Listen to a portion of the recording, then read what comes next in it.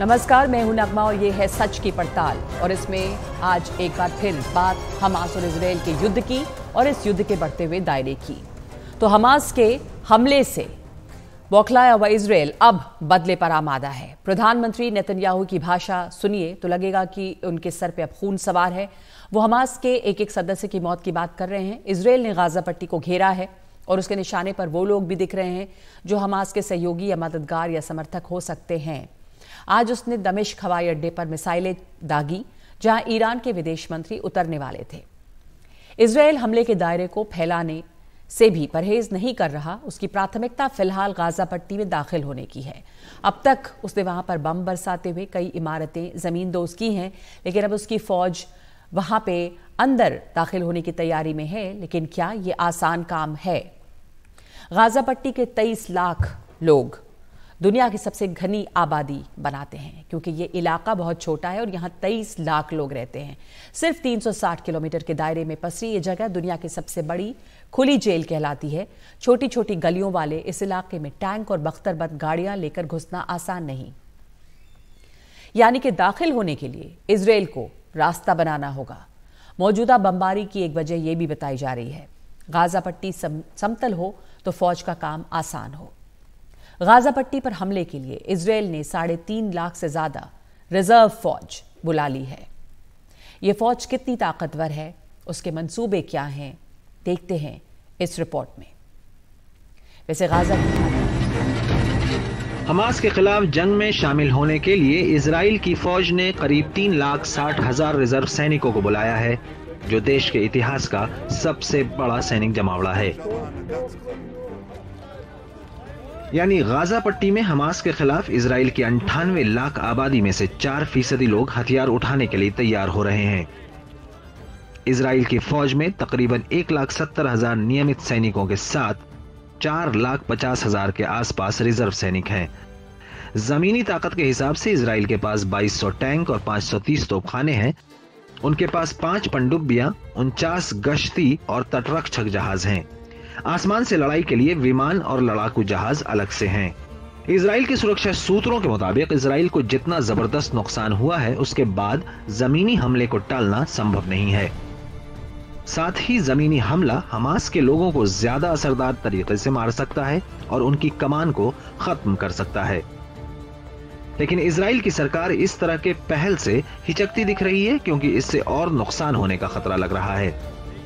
शहरी जंग ने इजराइल की मारक क्षमता में श्रेष्ठता को भारी नुकसान पहुंचाया है। उसका मुकाबला एक ऐसे समूह से है जिसने कई जंग लड़ी हैं और कहा जाता है कि उसको ईरान का समर्थन है। जैसे जैसे बड़े पैमाने पर जंग की आशंका बढ़ रही है, इजराइल और गाजा में आम लोगों के लिए खतरा बढ़ रहा है। इजराइल कभी भी गाजा के घने रिहायशी इलाकों में नहीं जाना चाहेगा, क्योंकि वो इलाके उसके लिए तो नए होंगे, लेकिन हमास के आतंकी जरूर उसकी ताक में बैठे होंगे, क्योंकि हमास के आतंकी जो हैं वो छापेमार युद्ध यानी गुरिल्ला वार के माहिर हैं। दूसरा कारण ये भी है कि कहीं भी इजराइल ये नहीं चाहेगा कि वो किसी नए बंधक संकट के परिस्थिति में दोबारा फंसे।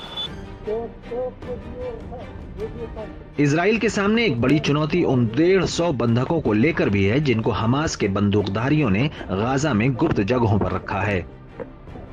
इजराइल के पड़ोस में एक मुल्क है सीरिया, जिसे शाम भी कहा जाता है, और वहां आज ईरान के विदेश मंत्री का दौरा होना था। लेकिन उनके दौरे से पहले एक हवाई बमबारी में वहां के 2 हवाई अड्डों को ध्वस्त कर दिया गया। ऐसे में शंका जताई जा रही है कि इजराइल और हमास की जंग में अब ईरान और सीरिया जैसे मुल्क भी शामिल ना हो जाएं। नई दिल्ली से मोहम्मद गजाली, एनडीटीवी इंडिया। तो इसके बाद यही डर है कि कहीं ये युद्ध का दायरा और बढ़े नहीं। वैसे इस समय जो चुनौती है वो ये कि ये इजराइल की जो ग्राउंड फोर्सेस हैं वो गाजा में किस तरह दाखिल होंगी। और गाजा की हालत बमबारी में तो बुरी हो चुकी है। वहाँ पर जो इमारतें पहले आसमान छूती थी अब मलबे में बदल गई हैं। गाजा पट्टी का नया और पुराना नक्शा देखें तो समझ में आता है कि तबाही कितनी भयानक है। देखिए इन 2 तस्वीरों में आपको दिखा रहे हैं। ये पहली तस्वीर जो 10 अक्टूबर 2023 की है। इस तस्वीर में साफ देखा जा सकता है कि इजरायल के हवाई हमले के बाद गाजा के एक रिहायशी इलाके से किस तरह से धुआं उठ रहा है। दूसरी तस्वीर 10 मई 2023 की है। ये देखिए इन दोनों तस्वीरों में फर्क, तबाह रिहायशी इलाके और दूसरी तरफ रिहायशी इलाकों की पहले की तस्वीर 10 मई की ठीक 5 महीने पहले वही क्षेत्र बिल्कुल शांत, एक आम बसे बसाए रिहायशी इलाके की तरह दिखाई दे रहा है।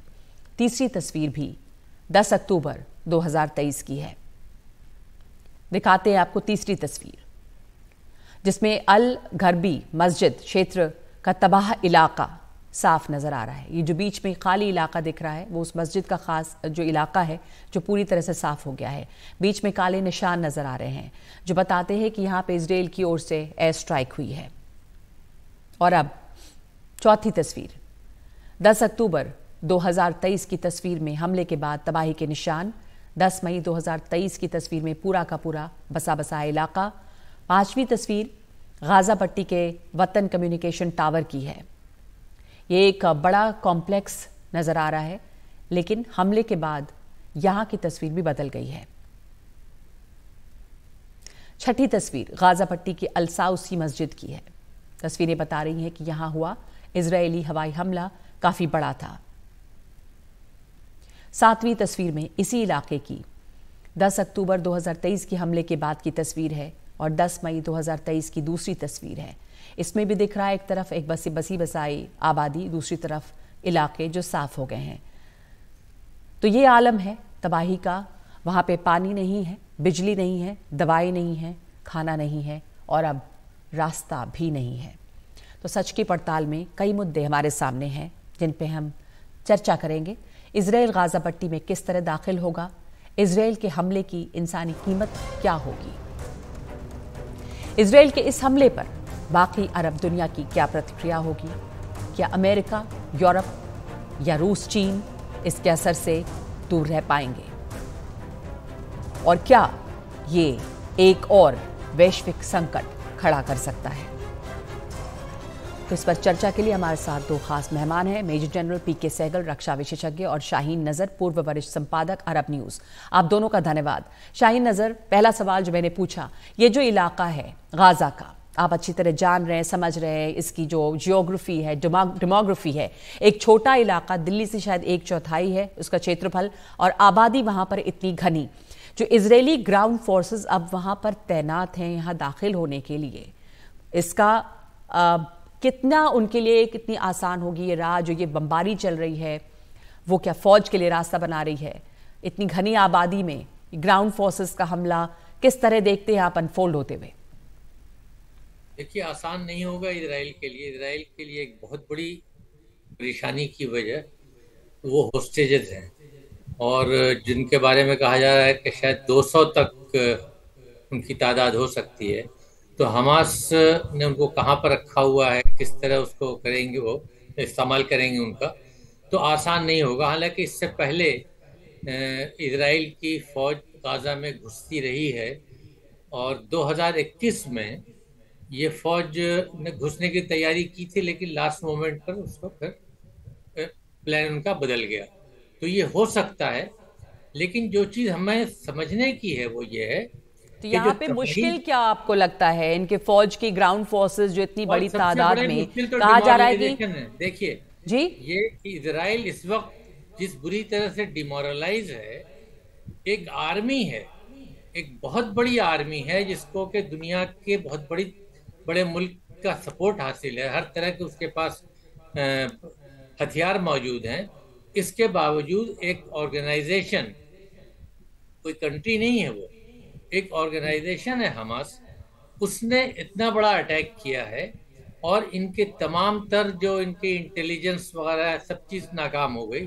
सारी जितनी भी तैयारियां थी, ये आप सही कह रहे हैं, वो एक इसका पहलू है। पर इस वक्त जब वहां पर मैं ये कह रहा हूं कि सबसे बड़ी चीज जो होती है, देखिए किसी भी जंग में मोराल हाई होता है जब लड़ने वालों, जब मोराल, अभी वहां पे लाखों की तादाद में सैनिकों को जुटाया गया, रिजर्विस्ट फोर्स वहां पर तैनात है। मैं ये पूछ रही हूँ कि वहां पे एक सेकंड सर, वहां पर ये जो लाखों की सेना जमी है, मैं मेजर जनरल पीके सहगल को भी इसमें शामिल करना चाहूंगी कि सेना के लिए ग्राउंड फोर्सेस को अब अटैक करने के लिए या वहां अंदर दाखिल होने के लिए, क्योंकि वहां पे हॉस्टेज है मेजर जनरल सहगल, तो इजरायली हॉस्टेजेस जो हैं वो हमास के पास हैं, लेकिन इन्होंने ये ऐलान भी कर दिया है कि हम बिजली पानी बंद करेंगे जब तक आप हॉस्टेज नहीं छोड़ते हैं, और चारों तरफ से घिरा हुआ है, सेना वहां पे जमा है।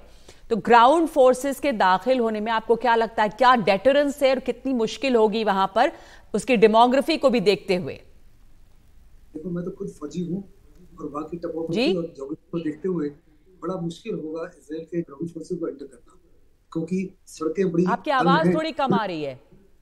सड़कें बड़ी तंग है, मेंडरिंग है, बिल्डिंग्स एक साथ साथ है, और हमास के लोग जो छुपे हुए हैं, इजरायली फोर्सेस ओपन में होंगी, इसलिए इजरायली फोर्सेस के ऊपर बहुत जबरदस्त नुकसान होगा। उनका टैंक्स वगैरह, फिर एंटी टैंक गाइडेड मिसाइल जो है और रॉकेट प्रोपेल्ड ग्रेनेड्स हैं, उनके बाद माध्यम से इनको बर्बाद किया जा सकता है। तीसरा, बहुत बड़े पैमाने पर इनको बूबी ट्रैप किया होगा।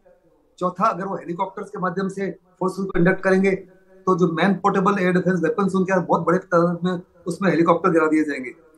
और ये तमाम चीजों को निगाह में रखते हुए मुझे नहीं लगता कि वास्तव में बड़े पैमाने पर ग्राउंड फोर्स जाएंगी, क्योंकि इतनी जबरदस्त तबाही हुई है कि सड़कें जो है उनके अंदर मैनूवरिंग कर ही नहीं सकता। तो यूक्रेन और रशिया की वॉर में साफ तौर पर दर्शाया गया है कि अगर ऐसी जमीन में घुसने की कोशिश की तो बहुत बड़ा नुकसान होगा, और अगर ये लड़ाई बड़ी और बड़ी होती है तो इसका केवल और केवल फायदा जो है वो ईरान को, चाइना को और रशिया को होगा, और वेस्टर्न वर्ल्ड को बैकफुट पर हो गए। अगर आप देखो तो पुतिन की स्टेटमेंट, अभी जो आप समस्याओं के बारे में बता रहे हैं वो बहुत समझना जरूरी है कि इजरायली फोर्सेस जो सब तरफ वहां पे तैनात हैं लाखों की तादाद में, लेकिन आप कह रहे हैं कि वो हो सकता है कि अंदर दाखिल ना हो बड़ी तादाद में, क्योंकि इजरायली फोर्सेस एक्सपोज्ड होंगी, खुले में होंगी, जबकि ये छोटी छोटी गलियां हैं, तंग इलाके हैं और घनी आबादी है, उनमें कहां पे हमास के फाइटर्स छुपे हैं ये जज करना मुश्किल होगा, जबकि इस फौज पे हमला हो सकता है ज्यादा। तो आप कह रहे हैं कि इजराइल ऐसे में ये रिस्क नहीं लेना चाहेगा और हवाई हमले वगैरह जारी रहेंगे? देखो, हवाई हमले जारी रहेंगे, लेकिन अनलेस अंटिल ग्राउंड ट्रूप्स को वहां नहीं डाला जाए वो हमास के लड़ाकों को खत्म नहीं कर सकता। उनके ऊपर डोमिनेशन हासिल करने के लिए, उनके ऊपर हामी होने के लिए इसको ग्राउंड ट्रूप्स दाखिल करना पड़ेगा, लेकिन वास्तव में उसके लिए बहुत बड़ी डिफिकल्टी है। अगर ग्राउंड ट्रूप्स को करता है तो उनकी जो नुकसान है, जो अभी नुकसान हुआ है उससे भी बहुत बड़ा नुकसान होगा, और इजराइल के जो 100 से 150 बंधक हैं उनको भी हमास जो है खत्म कर सकता है, बजाय उनको बचाने के। और ये जो ग्राउंड अटैक है इसमें भी बहुत बड़े उनके ट्रूप्स जो है कैप्चर हो सकते हैं और बंधक बनाए जा सकते हैं। इन तमाम चीजों को निगाह में रखते हुए बहुत समझदारी से फैसला लेना होगा, क्योंकि if I was the general there I will hesitate to enter into that area. ठीक है, आप ये कह रहे हैं कि वहां पर एक समस्या तो रहेगी, हवाई हमले तो जारी रखने ही होंगे, लेकिन ग्राउंड फोर्सेस सोच समझ के अंदर जाना होगा। शाहीन नजर, जो एक और दूसरा बड़ा सवाल है कि इस हमले से, जैसा हमने देखा आज की जो सीरिया में दमास्कस में एयरपोर्ट पे 2 मिसाइल छोड़ी गई जब वहां पे ईरान के विदेश मंत्री लैंड करने वाले थे, तो क्या बाकी अरब दुनिया की प्रतिक्रिया इस पे क्या होगी? अब कैसे चीजें बदलती दिखती हैं, और इसके जो इजराइल के हमले की जो इंसानी कीमत है वो बहुत बढ़ रही है? देखिए, बाकी अरब दुनिया का तो रिएक्शन पता लग रहा है। गल्फ कंट्रीज जो हैं, सऊदी अरब का कोई रिएक्शन नहीं आया अभी तक, और बहरीन, यूएई और बहरीन ने इजराइल के सपोर्ट पे बयान दिया है।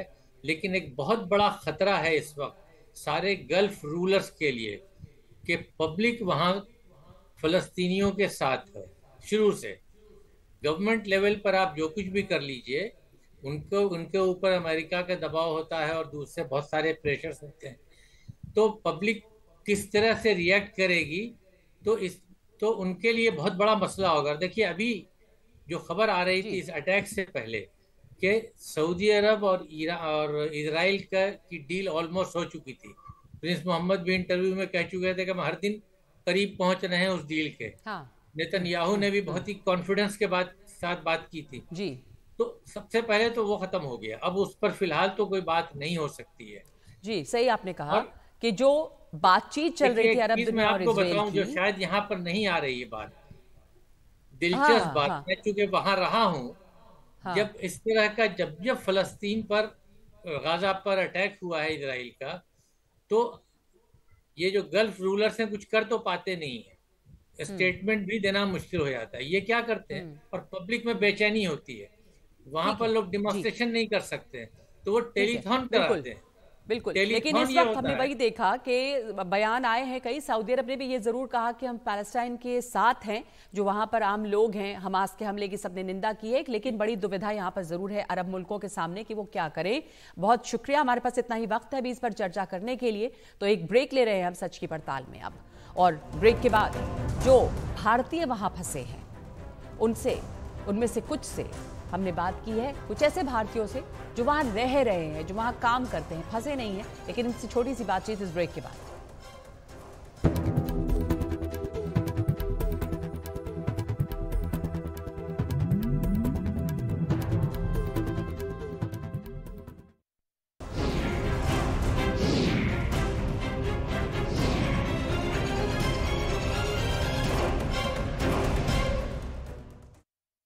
इजराइल में 18,000 के करीब भारतीय हैं, जिनमें एक हैं रीना पुष्करना, जिनका टेल अवीव में एक रेस्टोरेंट है और इसमें कई भारतीय काम करते हैं। रेस्टोरेंट में तो सन्नाटा है, लेकिन ये भारतीय अभी भी वहीं हैं। उनको अपने परिवारों को लेकर चिंता तो है। अपने घर वालों को उन्होंने हमारे जरिए ये संदेश दिया है। जो आपके वहाँ पे लोग हैं, जो शेफ हैं, यहाँ दिल्ली से हैं, भारतीय हैं, उनका परिवार यहाँ पर होगा, उनसे देखना चाहेगा और वो कुछ संदेश देना चाहें अपने परिवार वालों को। तो एक्चुअली मैं ऑल्सो अपने जो हिंदुस्तानी कम्युनिटी है वो दूर दूर रहते हैं और बहुत नर्वस है अपने फैमिलीज को छोड़ के। शदेरोत, ओतेफ आजा, लूद, रामले सब जगह छोड़ के आने के लिए, तो मैं उनको यहाँ पे इकट्ठा नहीं कर सकी। पर I hope in the coming days अगर इधर आओ अपने फैमिलीज को हेलो बोलो। हाय, वो लोग नहीं आ रहे। कहाँ से हैं ये, क्या कहना चाहेंगे इस समय, कैसे हैं आप? हम लोग सब ठीक हैं यहाँ पे। हम दिल्ली से हैं, दिल्ली पुराड़ी क्षेत्र नॉर्थ से हैं।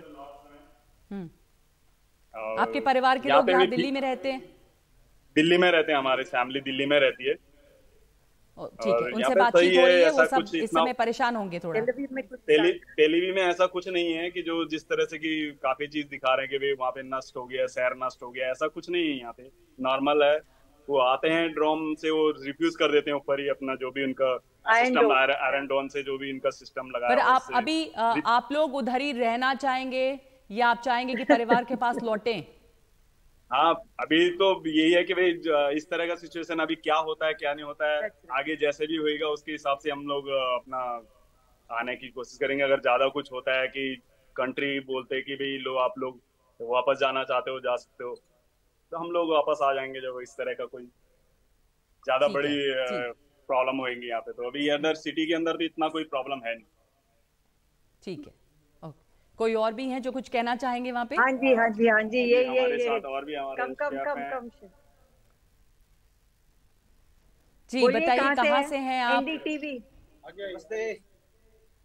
कहाँ से? जी, उत्तराखंड से हैं। क्या नाम है आपका, कहाँ के रहने वाले हैं आप भारत में? उत्तराखंड में देहरादून से अरविंद सिंह। परिवार वालों को कुछ कहना चाहते हैं? बात होती है उनसे, आप लोग वहाँ रहना चाहते हैं, अभी लौटेंगे, सुरक्षित महसूस कर रहे हैं? अभी तो यहाँ पे ठीक ही है। यहाँ पे अभी सिचुएशन कुछ होगी तो फिर देखेंगे। अभी तो बात होती रहती है घर वालों से। आप बोलिए जी सागर जी। चलिए, मैं ठीक है। सागर चंद, मैं हिमाचल से, डिस्ट्रिक्ट मंडी। हाँ, आप अभी वहीं पर रहेंगे, वहाँ सब ठीक है? सिचुएशन ठीक है, अभी नॉर्मल है। अभी सब ठीक है। ठीक है, ओके, थैंक यू, बहुत शुक्रिया आप तमाम लोगों का। अपना ध्यान रखिए और धन्यवाद हमसे बात करने के लिए।